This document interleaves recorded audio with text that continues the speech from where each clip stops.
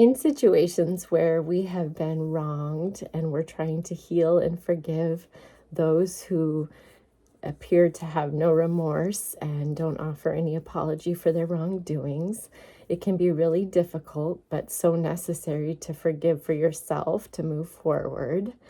Or in situations that have been extremely unjust, that you're still waiting on very long overdue justice. These situations can feel very discouraging, and I have found that the best way to deal with that when I'm having a hard day and just feeling defeated and like, is there ever going to be a right to these wrongs? I will distract myself by doing something positive. And usually that involves going to try to help someone else who's having problems that may be worse than mine, or just to uplift another person will help uplift myself. And one of the things that I love to do is to go help in the assisted living homes, to interact with the residents, the elderly there. And some of the ladies love when I come and paint their nails, or play cards with them and just listen to their stories. I love that population because the elderly tend to say it like it is. They don't hold back, and they're pretty sassy, so I like that.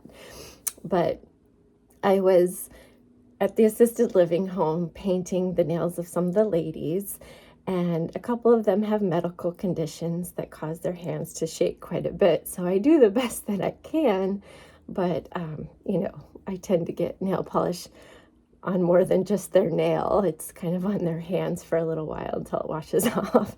But as I'm doing the nails and trying to keep somewhat under control with the paint, their Zumba instructor that comes into the resident home canceled for the day, and they were all very disappointed. They look forward to these activities. It gives them something to look forward to each day. And so they asked me if I would teach the Zumba class. Now, mind you, I've never taught Zumba before. I've never done Zumba before. And a lot of the residents are also wheelchair bound, so I don't know what Zumba in wheelchairs is supposed to look like. But I was willing to try an impromptu come up with what I thought Zumba might be. I have done jazzercise a couple decades ago, so I thought, well, maybe it's kind of like that, but I don't know what that looks like in a wheelchair. So as I was doing my on-the-spot impromptu Zumba class, I couldn't help but laugh as I realized I was actually doing Napoleon Dynamite dance moves, with no clue what I was doing. And it kind of made me laugh inside. But then I really started laughing as I saw the ladies with their red paint all over their hands doing these Napoleon Dynamite moves. And then the ambiance was, one of the residents really likes the song by Post Malone, "Oh, I Fall Apart." And so she has a CD that plays the song over and over and over again. And that's what we were listening to. So about the 10th time of, "Oh, I Fall Apart," and doing these hilarious moves, I was fighting the giggles so bad.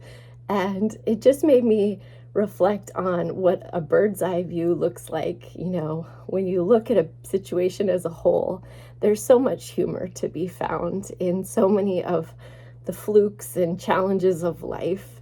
And, if we take a minute in a stressful situation and imagine what it's like to see the bird's eye view of it and see, there's actually kind of some humor to this. It really is a great way to cope with feeling discouraged if you're waiting for an apology that's never going to come, or you're waiting for long overdue justice and things to be made right. Humor and laughing and really finding, the joys of laughing about certain situations or certain behaviors can really help lighten that burden.